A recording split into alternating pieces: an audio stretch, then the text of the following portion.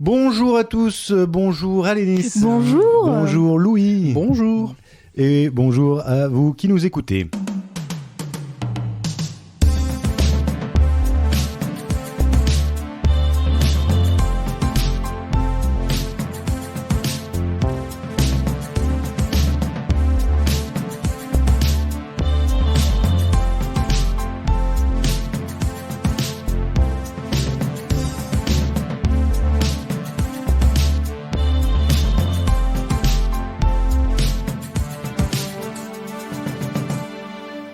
Les films, ça sert à ça, à apprendre à vivre, à apprendre à faire un lit. Aujourd'hui, nous poursuivons notre cycle infernal consacré à Stephen King et nous parlons du film Shining, Les couloirs du temps. Le twist. De la peur, pas du temps. Ah, du temps, moi j'ai écrit. Ah bon? Les couloirs de la peur, les couloirs du temps. Je crois qu'il y a double titre en plus. Je Alors me demande moi, s'il n'y a pas une j'ai les version- couloirs de la peur, moi. Ah, et ben moi je crois que sur le DVD il est écrit Les couloirs du temps. Ah oui, autre titre francophone, Les couloirs du temps. Alors, Ok. en tout cas, vous avez donc déjà compris que ce film n'est pas sorti en 1980, mais en 1997, et n'a pas été réalisé par Stanley Kubrick, mais par Mick ou Mike Garris. Et oui, on vous a sorti ça de derrière les fagots. Nous n'allons pas parler du film hyper culte et génial de Stanley Kubrick, comme tous les films de Stanley Kubrick d'ailleurs, ils sont géniaux. Non, on vous parle de ce film qui a été réalisé donc presque 20 ans plus tard, à la demande de Stephen King, qui n'avait pas aimé l'adaptation faite par ce brave Stanley. Ambitieux comme projet. Casse-gueule, je dirais. Casse-gueule. Et donc, on s'est dit, alors, Louis, heureusement pour nous, avait le DVD, puisque, disons-le tout de suite, pour ceux qui voudraient voir le film, il est absolument introuvable, ou difficilement en tout cas pour les gens comme moi, je sais qu'il y a des gens plus doués qui arrivent à trouver des choses sur les internets, et surtout, chose importante à retenir, il dure 4h30. Voilà. Oui, un tout petit peu moins de 80. Oui, c'est à quelques minutes près, effectivement, parce qu'en 3 grosses parties, quoi, d'1h30, 1h28, enfin quelque chose comme ça. Donc, allez le regarder. On vous fera pas l'insulte de pitcher Shining. Bah, surtout que quand on revoit en fait la série qui aborde de manière plus ample tous les aspects, c'est un peu un sacré bordel ce truc quand même. Oui. Il y a plusieurs intrigues sous intrigues en fait. Oui. Par rapport au film de Kubrick, qui élague énormément, celui-ci, effectivement, est très complet. Qui n'élague pas du tout. Il n'élague pas du tout. Là, je pense que chaque ligne du roman doit être respectée. En tout cas, je pense que c'est une adaptation très fidèle à Bram Stoker, puisque voici, mais jusqu'au bout. Ah, cette blague.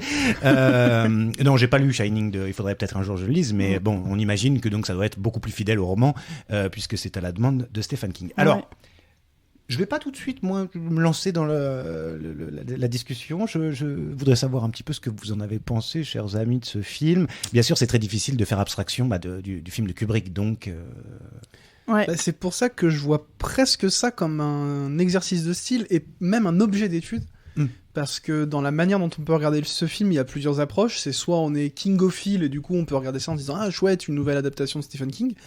Soit on est plus cinéphile entre guillemets et du coup on se dit « Mais qu'est-ce que ça peut donner de passer une œuvre après une œuvre comme celle de King ?» Parce qu'en fait aujourd'hui quand on parle de Shining, on pense à mon avis quand même plus spontanément au film de Kubrick ou au moins à l'imaginaire qu'il a créé en termes d'imagerie, de décor, etc. Et à mon avis, même aujourd'hui, quand on lit le bouquin, on a Jack Nicholson en tête, on a l'Overlook Hotel tel que Kubrick et les gens qui ont travaillé sur le film ont pu le créer. Et Du c'est coup- peut-être mieux ainsi, d'ailleurs. Peut-être, mais avant même de dire ce que je pense du film, il y a quand même ce truc très particulier de regarder un film qui, du coup, tout à coup, nous dit quelque chose involontairement sur ce que ça signifie qu'adapter, sur ce Oui. que ça signifie que de porter un regard personnel sur une œuvre, parce que là, tout à coup, on a un film, c'est une mini-série film d'ailleurs, d'ailleurs c'est même pas l'un ou l'autre, hein, c'est une mini-série. Oui. C'est la première fois, je crois d'ailleurs, qu'on parle d'autre chose que d'un long métrage sorti en salle de cinéma. Oui. Là, c'est une mini-série qui a été faite pour ABC, une chaîne américaine. Mm. Et pas mal. Et du coup, je trouve que c'est assez singulier parce que je pense qu'il est quasiment impossible de se détacher du film de Kubrick, et c'est un des trucs qui rend ce projet de série télé un peu fou, c'est de se dire passer après Bah oui. le film de Kubrick, c'est complètement dingue, surtout si on ne prend pas en compte son existence. Et c'est exactement ce que fait la mini-série de Mick Garris, c'est qu'elle fait comme si le film de Kubrick n'existait pas. C'est une adaptation qui repart entre guillemets de zéro, et ça permet de se rendre compte, premièrement, que la distance dans l'adaptation est importante en termes entre guillemets d'efficacité. Oui. C'est-à-dire que le rythme d'un livre, c'est pas celui d'un film ou d'une série, donc tout à coup, il y a une lourdeur qui s'installe qui est assez dingue. Et deuxièmement, le fait qu'il y ait beaucoup moins de distance entre le livre et la série permet beaucoup plus certainement d'apprécier le matériau d'origine même sans l'avoir lu, et donc de se rendre compte quelque part de la pauvreté du traitement de ce support de base. Et du coup, de voir que Kubrick, en élaguant, en supprimant des trucs, il a quelque part donné plus de force. magnifié il le roman. a magnifié et donné sans doute beaucoup de puissance à un roman qui en manque cruellement, à mon avis, en tant que lecteur. Je l'ai lu il y a longtemps, mais en tant que lecteur, j'avais trouvé ça assez pénible. Et là, la série, elle a tous les défauts du bouquin, quoi. Et la principale différence, elle se situe notamment sur le thème central de l'œuvre, en réalité. Là où chez Kubrick, c'est une espèce de truc sur la folie, la hantise personnelle, disons, de manière assez vague. Chez Stephen King, c'est clairement l'alcoolisme. Et c'est l'un des grands thèmes du roman, c'est les conséquences de l'alcoolisme sur la famille, etc. D'où la place du jeune garçon, dont les pouvoirs sont beaucoup articulés autour de la relation avec son père, beaucoup plus que dans le film de Kubrick. Et en fait, très clairement, Jack Torrance, dans le roman et donc dans la série, il est alcoolique, et c'est un peu la source de ses troubles. Dans le roman de Kubrick, c'est suggéré, mais c'est pas aussi central. Ouais. Et donc, pour dire ce que j'en pense, je trouve ça assez chiant, moche et pénible, quoi. C'est kitschouille, des fois c'est un peu mignon, mais dans l'ensemble, c'est naze. On est plutôt d'accord. Je trouve que en plus, c'est vrai que quand tu as en tête les acteurs du Shining de Kubrick, là, tu tombes un peu de haut. Et d'ailleurs, pour l'anecdote, dans le métaverse de Ouvert pour Inventaire, celui qui joue Jack Torrance, c'est Steven Weber, qui joue Jonathan Harker dans Dracula, Mort et heureux de l'être, qu'on a déjà, qui est déjà un épisode.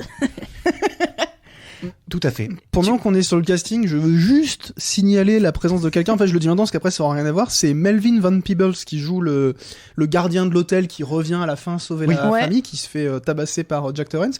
Melvin Van Peebles, c'est dingue parce que à la base c'est un réalisateur notamment, un des fondateurs, une des grandes figures du début de la Blaxploitation.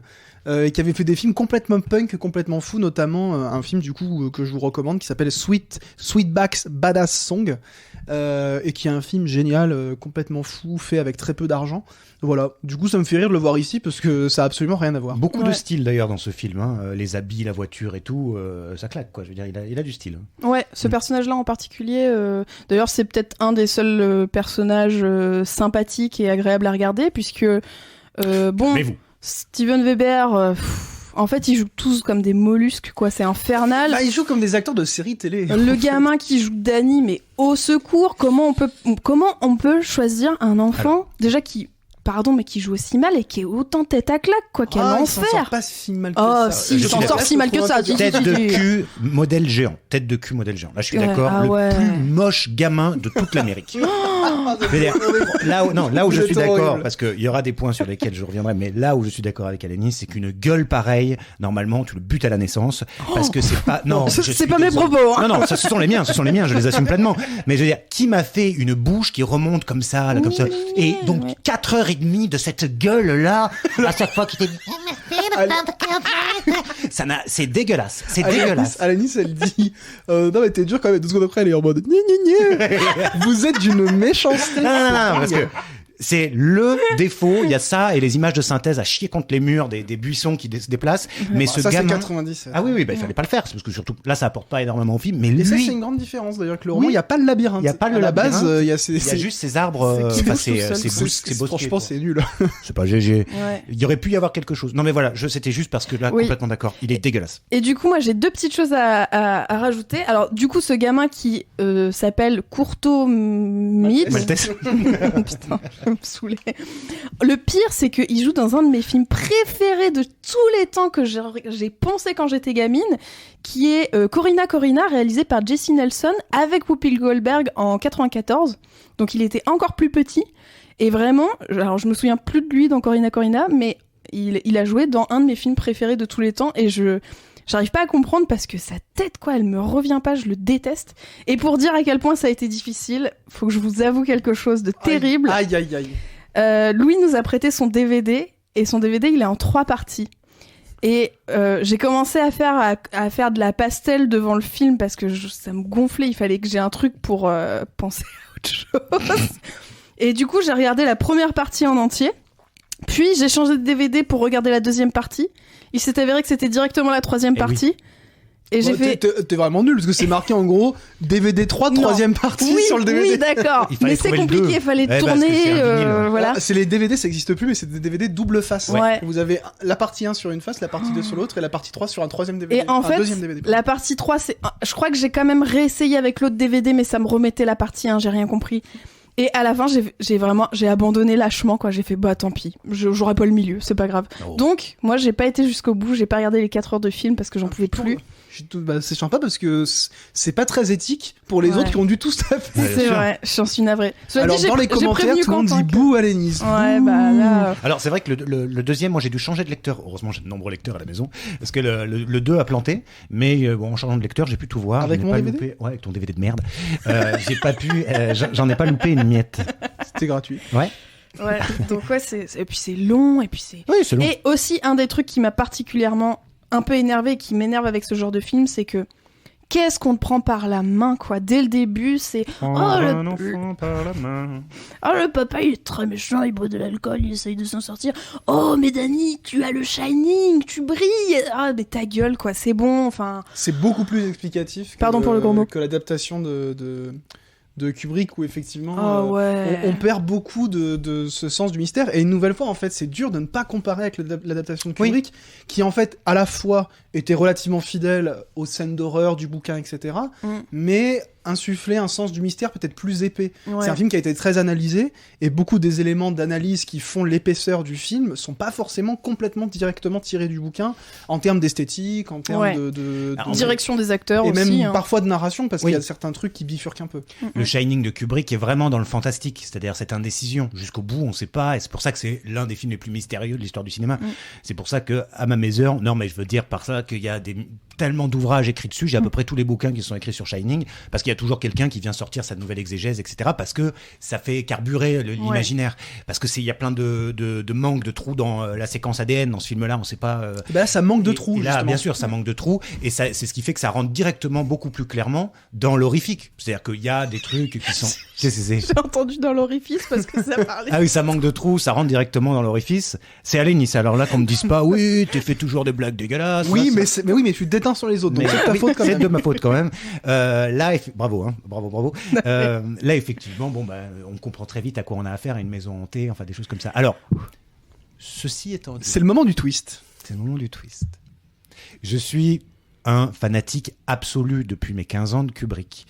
J'adore Shining, ça doit être l'un des films que je préfère. Très bien. Mais j'ai été, contre toute attente, extrêmement touché par ce film-là. C'est chouette. Eh oui. Alors, je pense que t'es le seul parce que sur internet le film est détesté. Eh ben, du coup c'est intéressant. Oui, mais je peux comprendre. Alors si je fais abstraction de ce gamin que je buterais de mes propres mains si c'était possible. Je trouve qu'il faut sacrément du courage pour les acteurs de passer, notamment pour Bidule là, le mec, passer après Jack Nicholson. Bon, normalement tu préfères te faire électrocuter dans une baignoire, quoi. Je veux dire, tu n'acceptes pas une chose pareille. Pour le réalisateur c'est un peu pareil. Tu veux faire une adaptation de Shining? Tu veux dire après Kubrick? Oh oui, bien sûr, il n'y a pas de problème. Bon, déjà, audacieux, les mecs. Je trouve ça courageux. Mais au-delà de ça, en fait, après, c'est évidemment par le prisme personnel, y en a-t-il un autre? J'ai trouvé beaucoup plus intéressant toute la mise en situation, qui est beaucoup plus longue, ce départ, la maison chez eux, enfin leur appart, pourquoi ils doivent se déplacer, le renvoi de l'école, etc.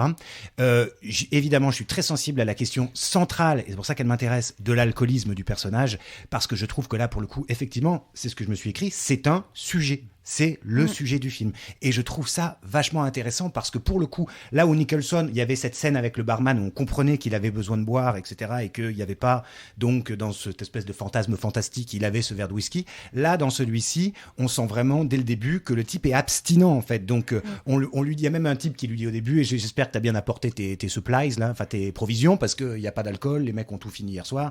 Et non, je ne bois pas. Et donc, ça va être vraiment la pénitence de ce type-là, qui, loin de tout, est confronté à ces démons qui sont font partie des démons les pas gentils, quoi, l'alcool.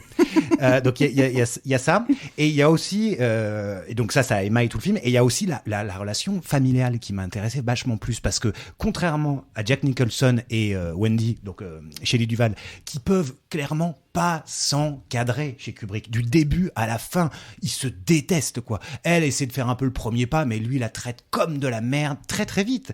Là, il y a une vraie relation de couple, une vraie relation d'amour entre les deux, rendue probablement plus plausible par le fait que l'actrice est aussi quand même beaucoup plus sexy que Shelley Duvall. Je suis désolé de le préciser, mais moi j'ai trouvé très sexy.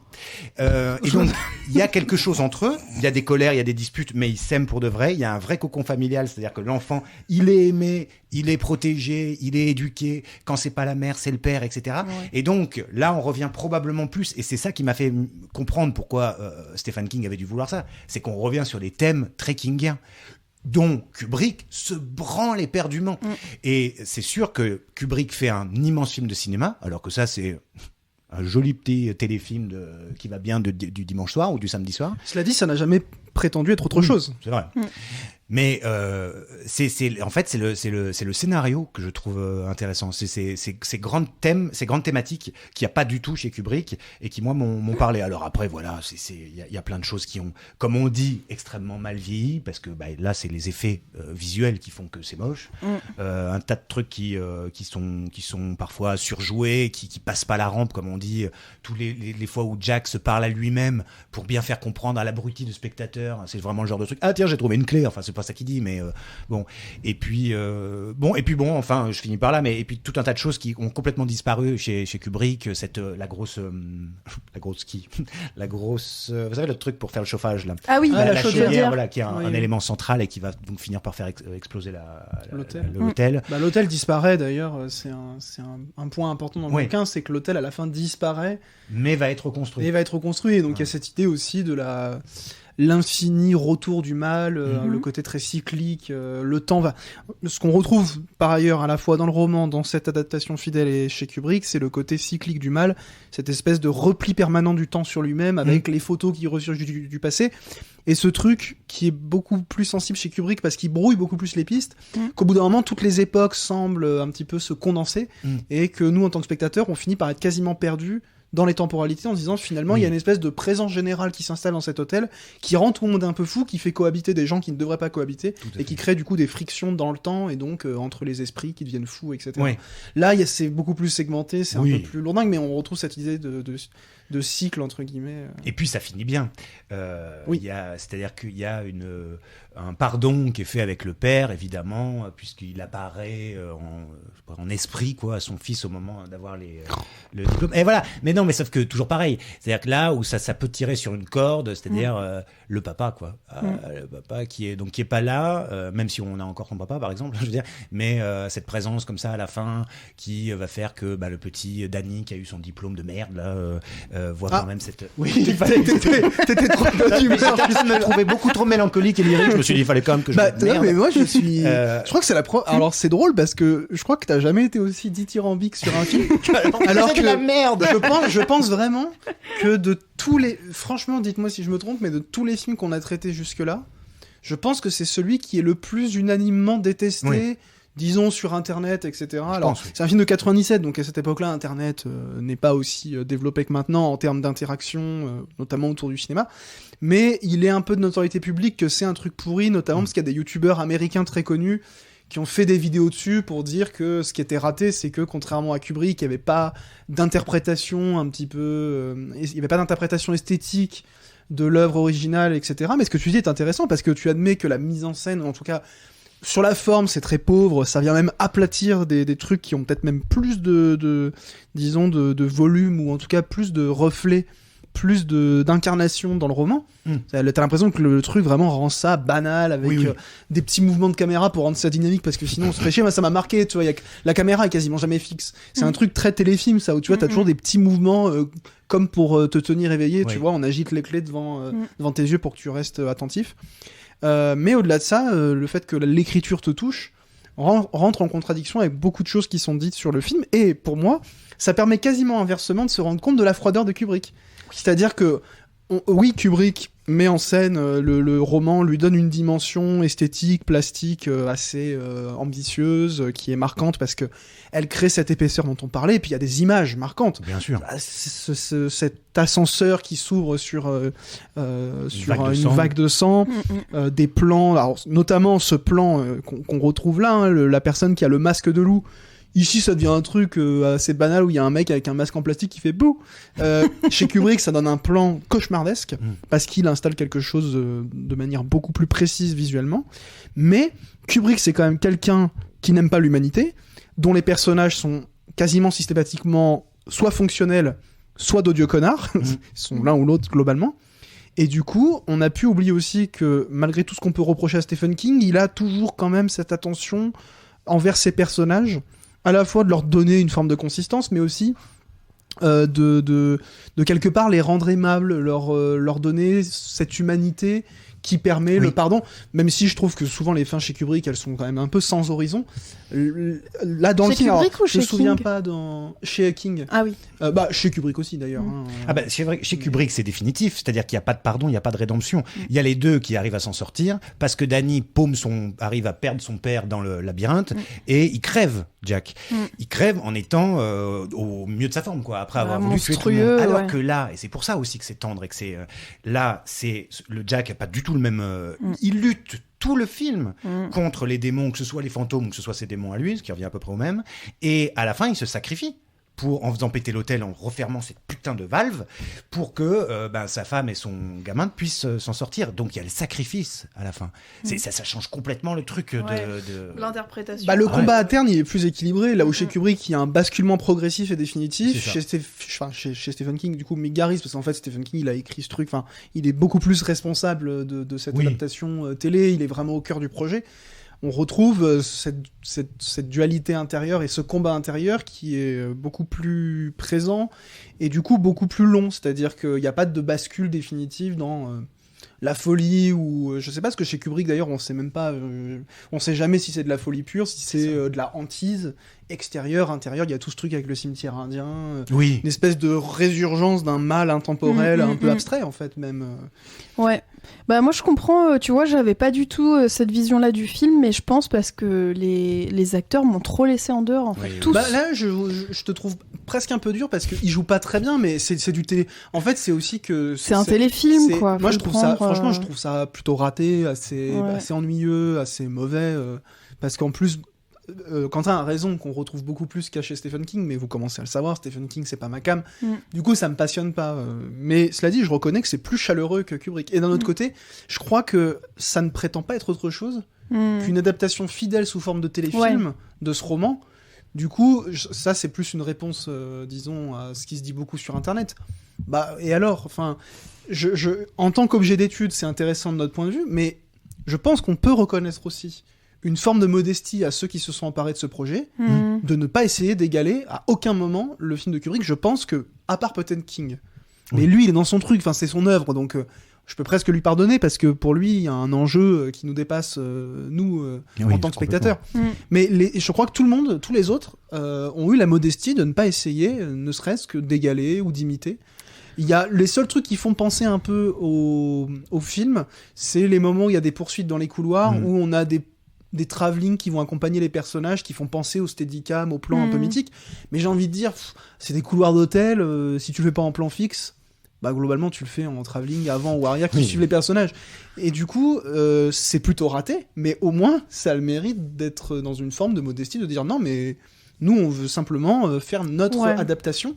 Mais du coup, ce que je trouve raté en retour, c'est que c'est à peine une adaptation. On est plus sur une forme de transcription.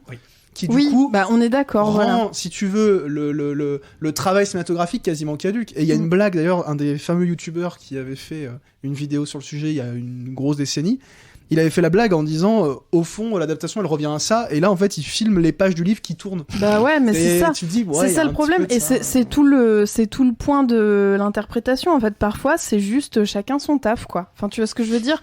Non mais comme Stephen King n'est pas un bon réalisateur, mais un bon romancier, en tout cas pour une grande partie de ses lecteurs. Pas Louis, mais pour les autres. Là, c'est pareil, en fait. Peut-être que... Moi, je me suis dit, en fait, je crois que je préférais lire le roman parce que là, ça me fait chier. J'arrive pas à être touchée par ces acteurs, par ces personnages. Donc peut-être qu'en fait, il faudrait que je me fasse ma propre image mentale de ce que ça représente. Et c'est vrai que quand tu passes après les acteurs de Kubrick, c'est aussi très compliqué. Donc, et je serais hyper curieux de voir ce que pourrait en dire quelqu'un qui n'a pas vu le film de Kubrick. Oui.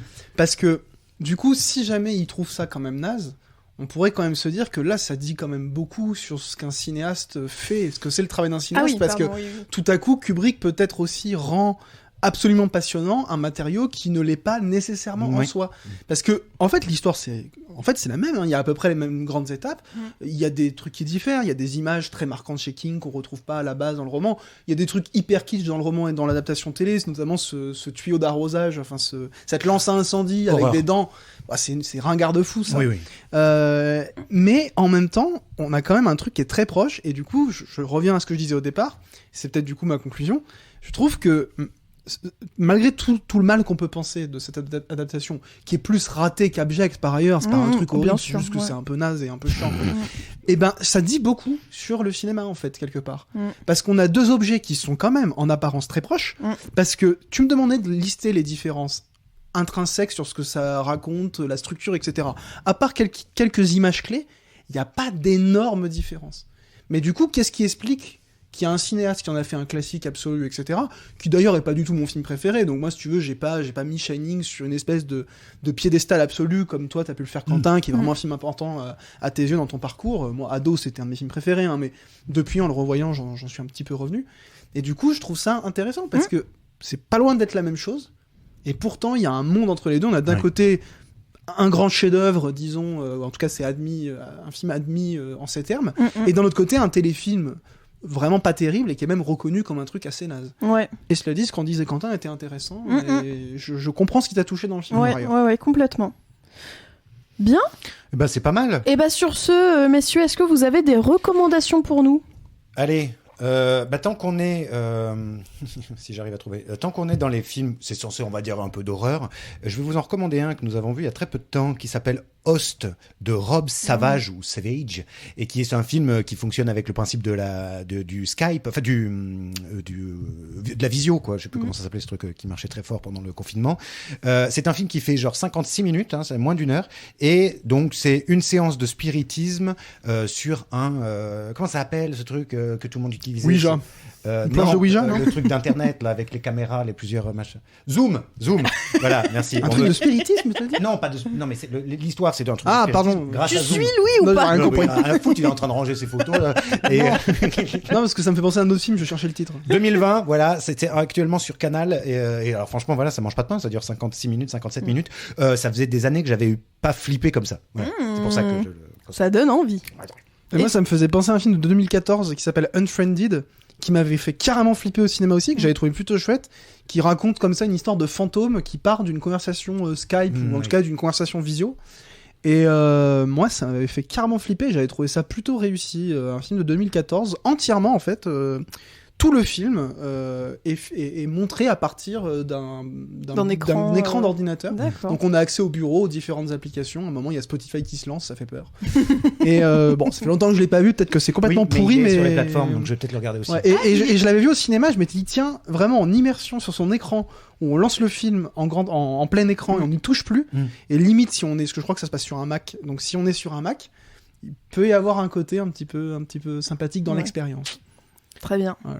Là, ce sera Marocco, du coup. Et tu sais, c'est sur quelle plateforme ou pas trop? Je me demande si j'ai pas vu ça sur Canal. Il a eu traîné sur Netflix à un moment donné, mais là, a priori, d'après les infos que j'ai, il est sur OCS en ce moment. Ouais, donc Canal. Ouais. Je sais pas, vu que. Je crois que je l'ai vu là récemment, quand je passe ma vie devant les machins. Allez, Nice, votre. Oui, alors moi, ma recommandation, c'est un podcast. Un podcast que je suis depuis un petit moment qui s'intitule La Gazette du Maine, donc c'est podcast sur Stephen King France, et particulièrement une émission qui s'intitule La 19e Palabre, qui décortique... Pardon, j'ai eu envie d'éternuer d'un coup. Qui décortique le cycle de romans La Tour Sombre, donc c'est un cycle de romans de Stephen King en 8 tomes, qui est un gros morceau. Et en fait, moi, c'est ce que j'adore, en fait, c'est des passionnés qui parlent de ce qui les passionne, donc je kiffe. Et donc, ils parlent de ces romans-là. Ils expliquent quand même vachement bien l'intrigue, donc si vous voulez pas être spoilé, peut-être l'écoutez pas, tout simplement. Mais moi, ça me dérange pas d'être spoilé, de lire après, donc voilà. Et voilà, j'adore toute l'histoire qu'ils racontent et j'adore aussi le fait que ils donnent toutes leurs interprétations aussi sur comme il y a une espèce d'histoire de un peu boucle temporelle, eux ce qu'ils en pensent et tout, donc c'est vraiment hyper intéressant.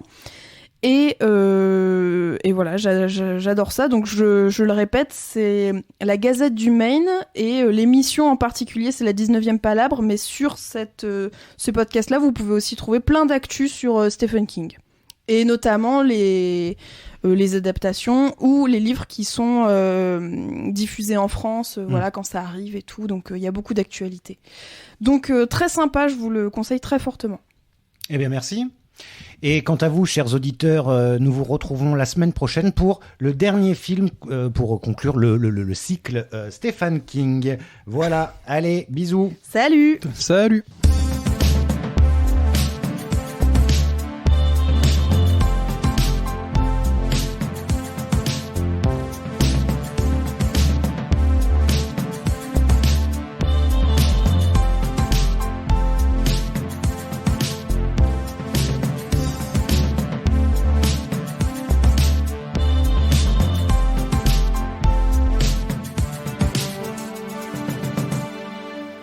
Les films, ça sert à ça, à apprendre à vivre, à apprendre à faire un lit.